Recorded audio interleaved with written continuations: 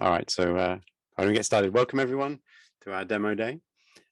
Today we're going to kick off things looking at some new functionality. We've added a Pulsar connector, and so Josh is going to take us through that and kind of give it a run around, show us through the UI, and show us what you can do with that connecting to Kinesis, and then we can kind of open the floor, have our usual kind of AMA and discussion. So Josh, over to you.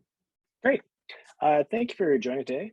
So I'd like to just walk through a little demonstration of linking together two stream messaging systems.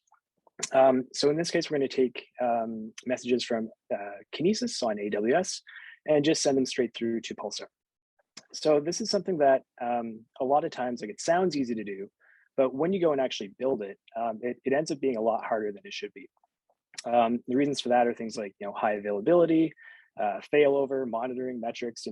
When this pipeline has to run, all of a sudden there's a lot more work involved with it. And there's a lot of reasons why you might want to do this, just to link one messaging system up to another. Maybe you've got a partner integration where they need access to some of your data, or maybe there's been like an acquisition and you've got two separate systems and you just need them to talk to each other. So this is a pattern that's sort of repeated over and over. And a lot of times, even though it should be easy to do, a lot of times it's actually kind of challenging to make it work. So the goal here is to show just how easy you can do it in Decodable. So the first thing I'm going to do is share my screen. All right, and if I can get thumbs up when folks can see my screen. Great. So we're going to start off with the Kinesis source. So this is just the Decodable dashboard. You can see all the accounts that I'm attached to. I'm going to flow over just into the Amazon dashboard here for Kinesis. And you can see this is just my personal AWS dashboard. This is the sort of Kinesis service view, and I've got a test stream defined here.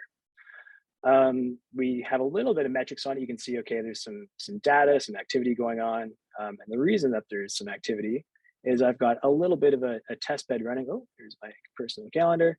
A little bit of a test bed running with data just being written to it. So I'm just going to pause the view here.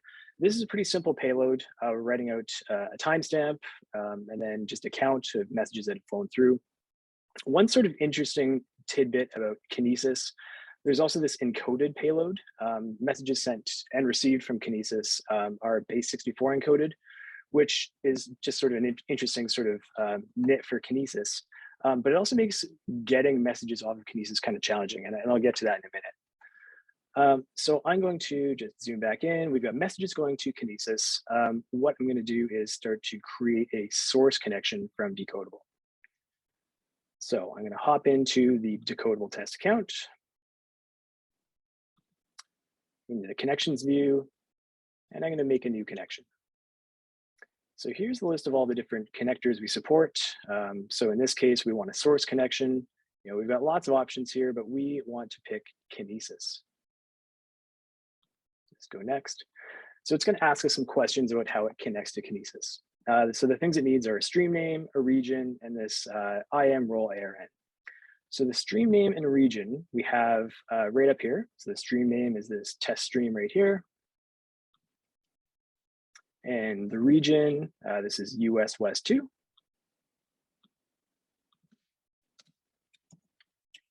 And this role ARN is kind of funny. I will talk about it, but I'm going to gloss over it for a minute and just paste it in a magic value.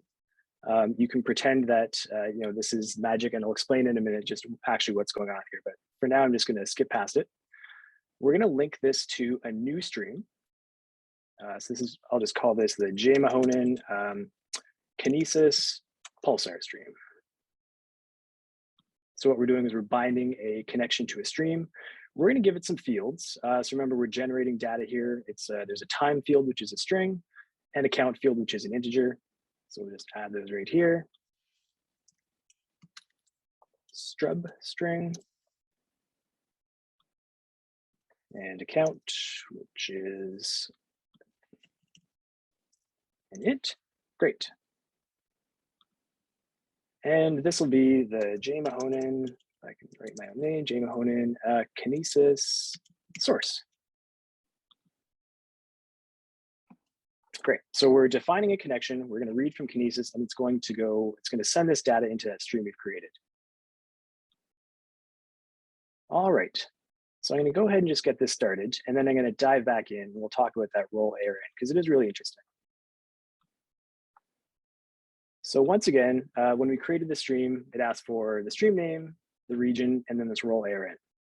So what's interesting about Kinesis, and this is also true about our S3 connector, is you'll notice there isn't any sort of like authentication tokens. There's no username, there's no password. We're using Amazon's sort of built-in IAM authentication here. So what's happening is IAM is Amazon's identity access management tool. We are saying to IAM, hey, when this connector starts up, we want to assume this role, this decodable Kinesis role.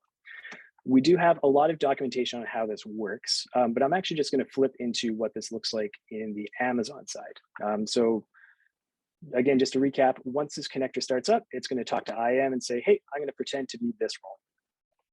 This role is actually defined in my own personal Amazon environment under IAM. I've got a decodable Kinesis role. So if I click on this guy, we can see here, there's an ARN defined for it. You'll notice it is exactly that magic value we paste in. This is the role that sort of allows Decodable to basically have access to my Kinesis streams. So a role has sort of two components that we care about. There's sort of the permissions, which is what it can talk to. So in this case, we've given it full access to my Kinesis. Again, for a demo, I just wanted sort of everything to work. You could, of course, add your own sort of finer grained control. But in this case, I'm just saying every Kinesis action is allowed on all of my Kinesis resources. If you had specific Kinesis streams that you wanted to drill down into and provide different levels of control for, you could do that right here. And then the next part of a role is who can use it. So there's this notion of a trust relationship. So again, from the Decodable side, we're saying we're going to try to assume this role. And then on the Amazon side, basically me as a user have said, okay, we're going to allow Decodable, which is this principle here. This is defined in our documentation, and we have templates for this. This is basically saying we're going to allow Decodable to assume this role. But on top of that, there's an extra condition here. And this condition is based on the external ID. So you'll notice this external ID, there's a list of them, and it can be one or it can be many. These are actually account IDs. So when Decodable goes to create this Kinesis connection, it actually also adds this metadata on it, which is the account ID. So my Decodable test account is asking Amazon, hey, I want to assume this role. And by the way, it's account ID Decodable test. IAM is going to see this and run through it and say whether it's going to allow the grant or not. So this is actually really great. It solves a problem called the confused deputy problem. And I'll post a link to that in the chat afterwards. But what this is doing is in effect, allowing you as the user to sort of assert control over your own resources, and also ensure that if there's a sort of nefarious attacker, if they knew, for example, what your role ARN was and what your streams are, this prevents them from making a Decodable account and also using your Kinesis resources. So you are in effect in control of who you are allowing and what accounts you're allowing to use your Kinesis streams. So I'm just going to go back here and check and see how this is doing. We're in running mode, great. And I'll pause and ask if there's any questions about that side. I know I sort of glossed over a lot of things pretty quickly there.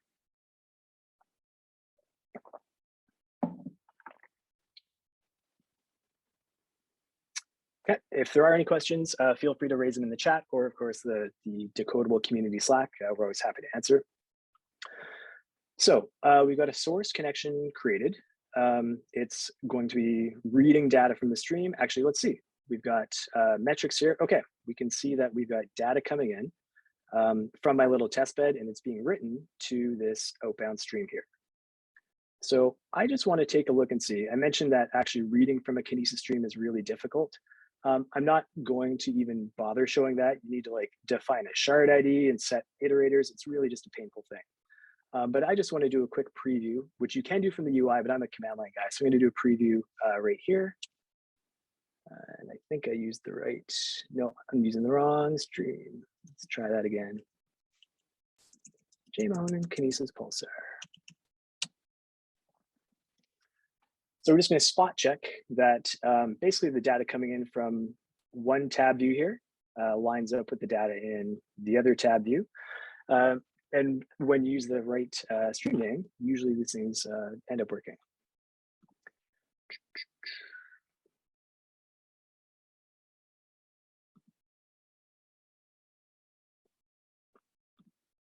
There we go. Okay, so we've got count 1322, count 1323. We'll just flip back here really quickly. Oh, look at how far up we are. Okay, we're just going to assume that we're pretty well up to date in the data that's on the stream is what's being sent. So that's great. We verified that data is being sent to Kinesis and then brought into Decodable through the Kinesis connector into the stream. So in order to close the loop, the next step here is we're going to create another connection, this time to Pulsar. So once again, we have a stream here, JMO and Kinesis Pulsar, which has records flowing through it. We're going to create a new connection, and this time we're going to send it to Pulsar. So we're going to choose a sync connection here. And again, we've got a bunch of different options. Postgres is a new one too. I think we'll have a demo day on that, I imagine, pretty soon. But we'll pick Pulsar here. And just like Kinesis, it's going to ask us some questions. So I'm going to use a hosted Pulsar service provided by DataStax. And I've logged out here, so I'm just going to quickly log in.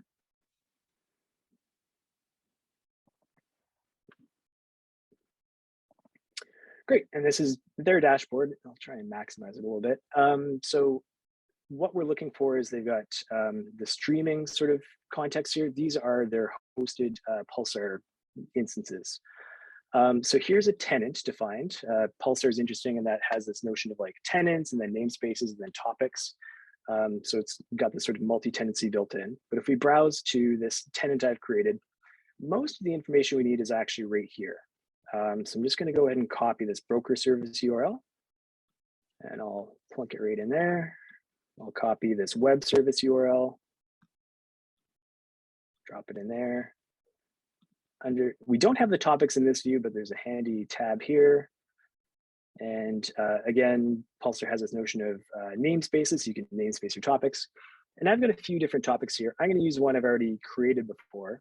And the reason for that is, we can make a new topic, but what an interesting thing about Pulsar is they actually have a schema registry built in. So when you send data to a Pulsar topic, that schema gets registered right to it. So I want to make sure that the data I'm sending is correct. So that's the topic. I'll paste it right here. And we're missing a token. So the token, if we go back here, we're going to generate a new one. We'll use their token manager, create a new token. It'll never expire.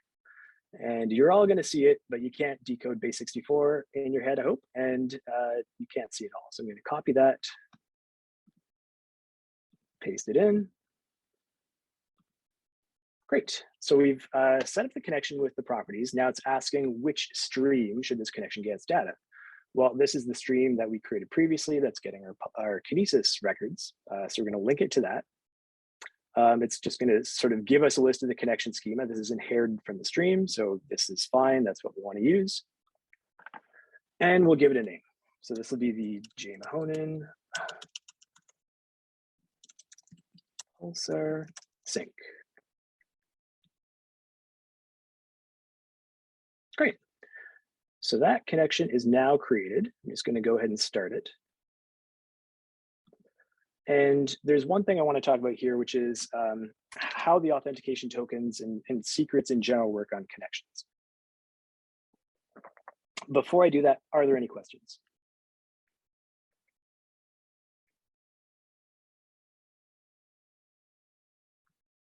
Okay, so one thing to note here is that we pasted in that authentication token, and it's a secret value. We want it to be hidden.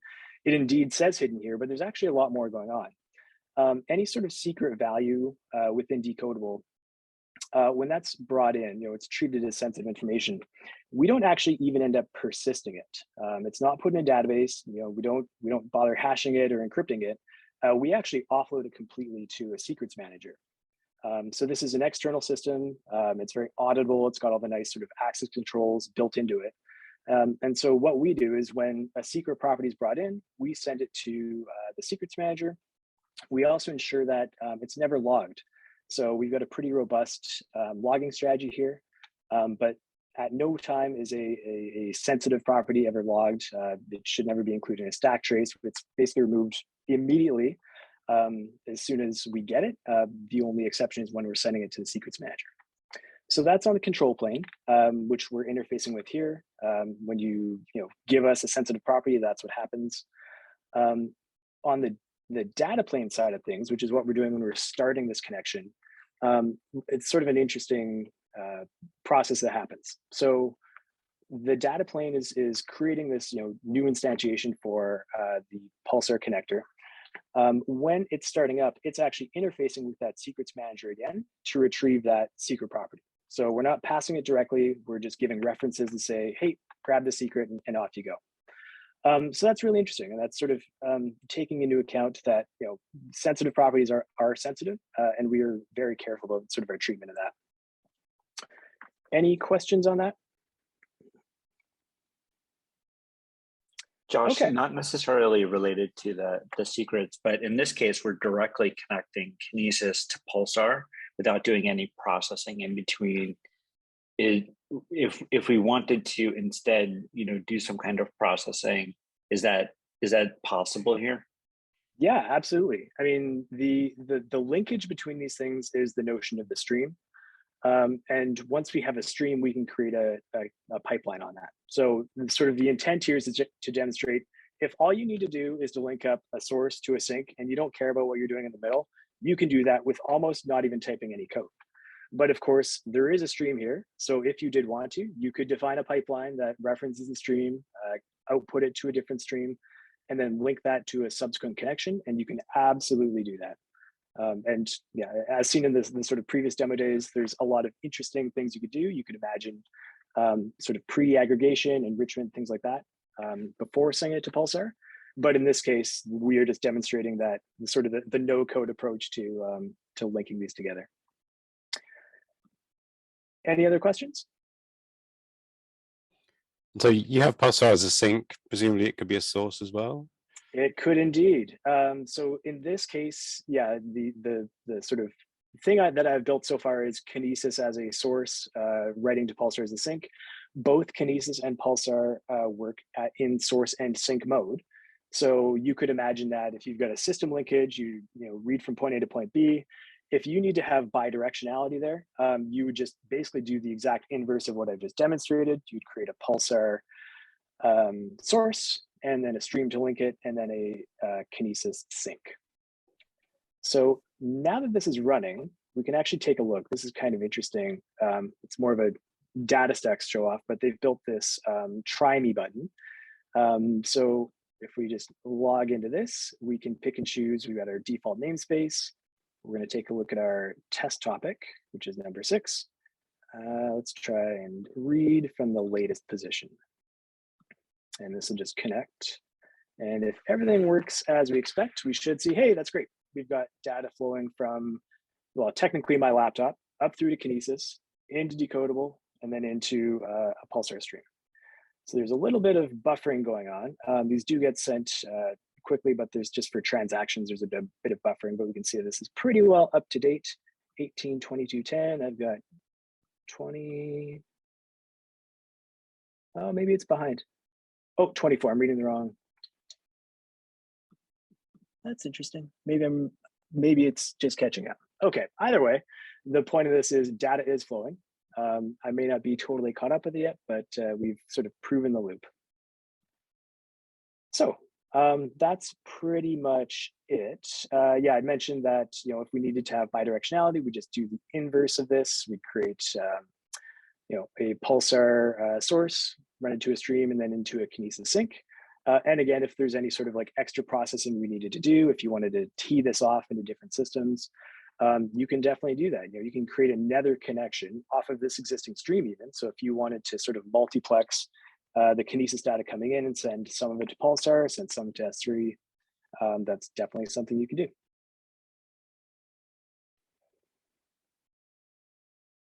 Any questions about that, or really about anything related?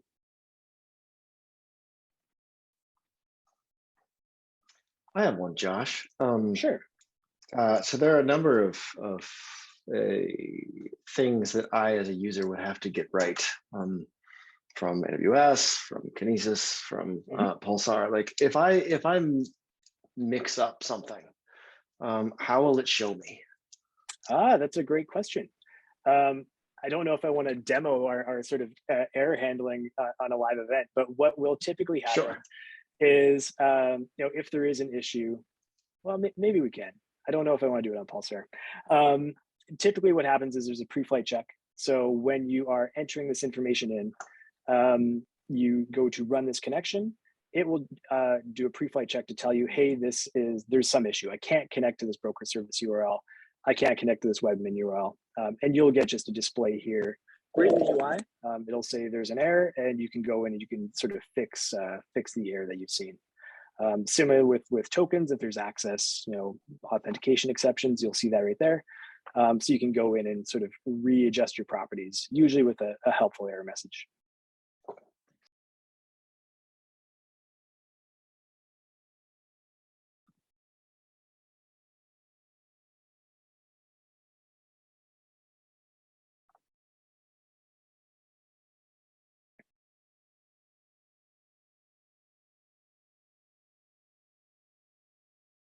Anybody else?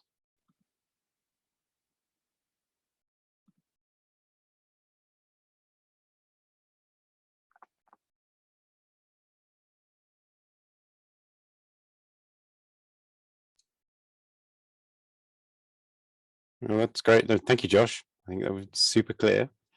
And so at this point, I guess we just open the floor. Does anybody have any questions? Anyone like to talk about their experience with Decodable, or any questions about streaming?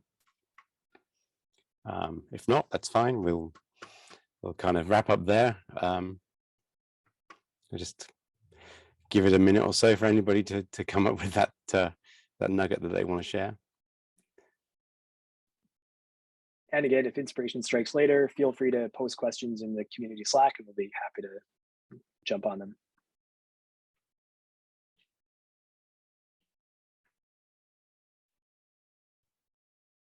Hey guys, I think I have a question, but if I could get like 20 seconds to find a way to phrase it the way I want to, that'd be great. Of course, yeah.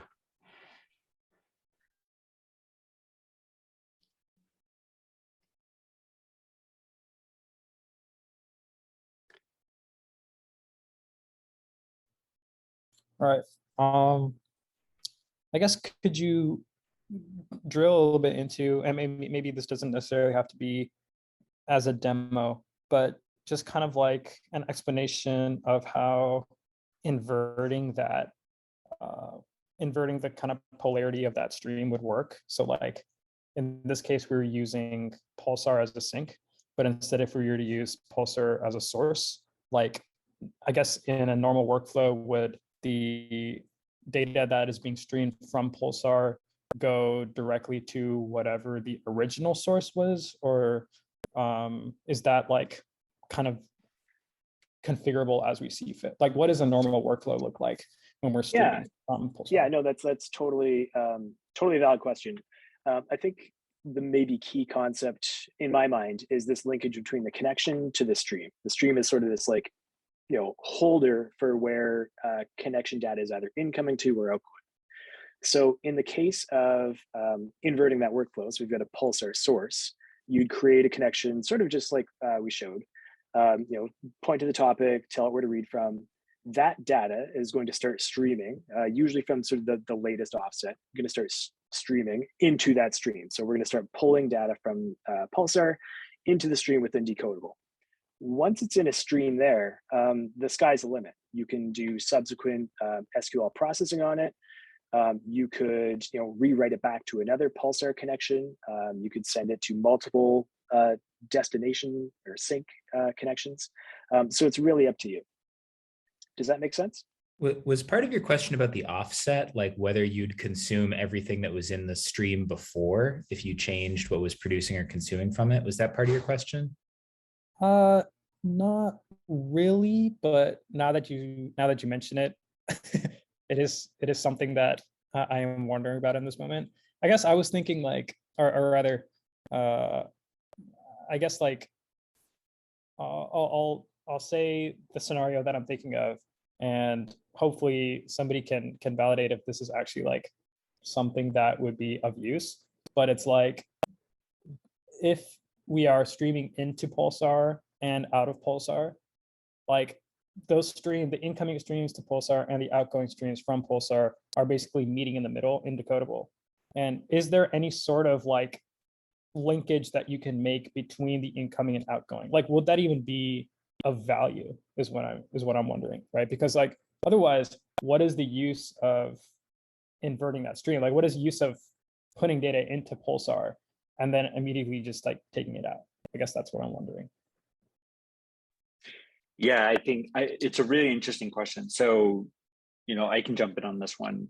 There is no linkage necessarily between those streams, because the streams themselves, by definition, are decoupled from the outer technology like Pulsar and those kinds of things. Because in reality, like Josh said, like you can have multiple connections producing data to one stream, at which point it's not necessarily like Pulsar specific or Kafka specific or something like that.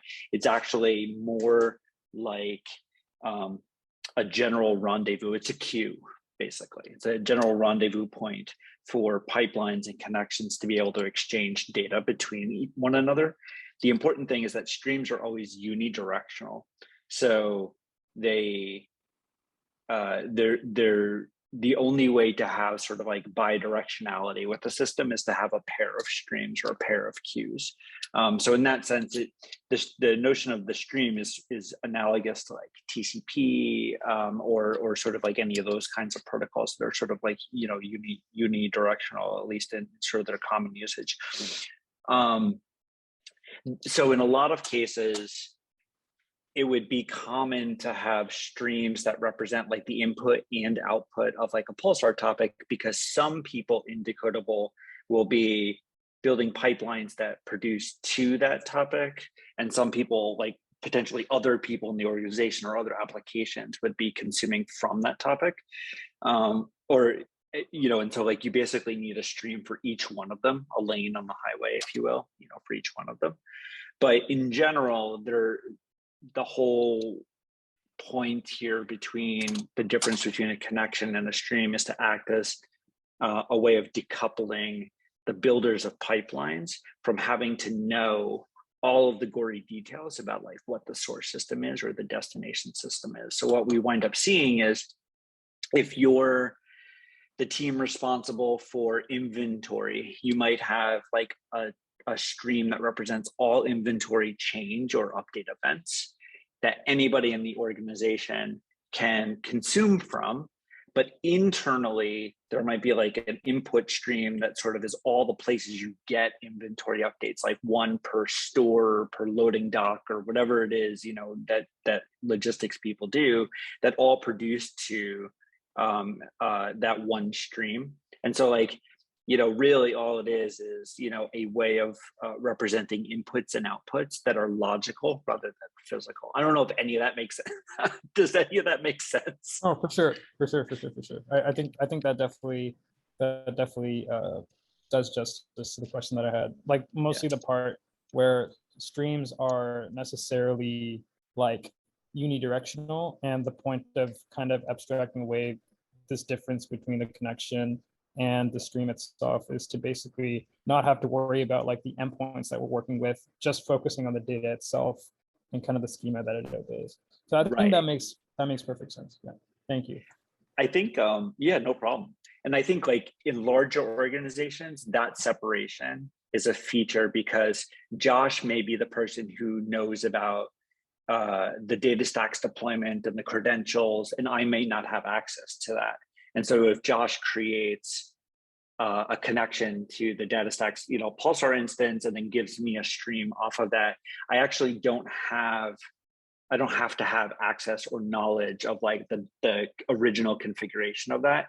And that can create a separation of concerns, which makes a lot of sense for like reduction of access, like least privilege, and like all those other kinds of excuse me, things that people worry about, including if that Pulsar topic, for instance, had commingled data, some of which I'm allowed to see and some of which I'm not allowed to see.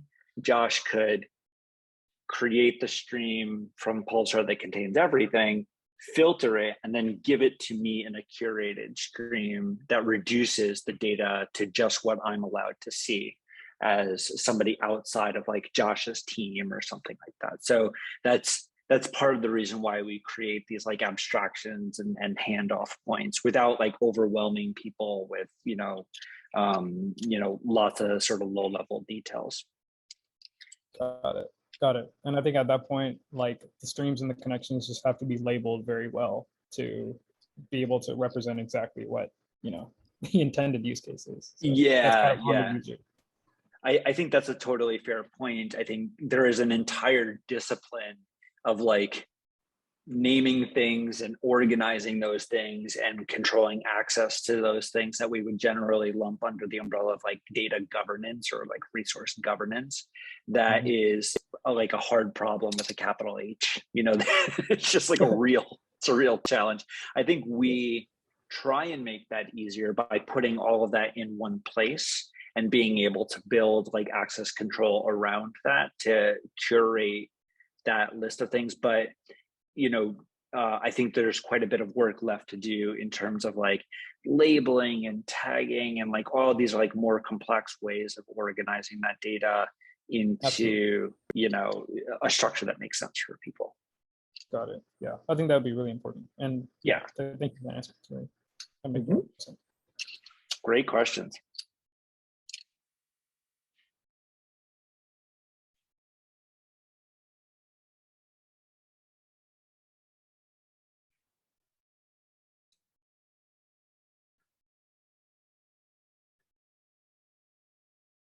Anything else on folks' minds? Anyone going to try it out, the Decodable free tier, and add some experiences?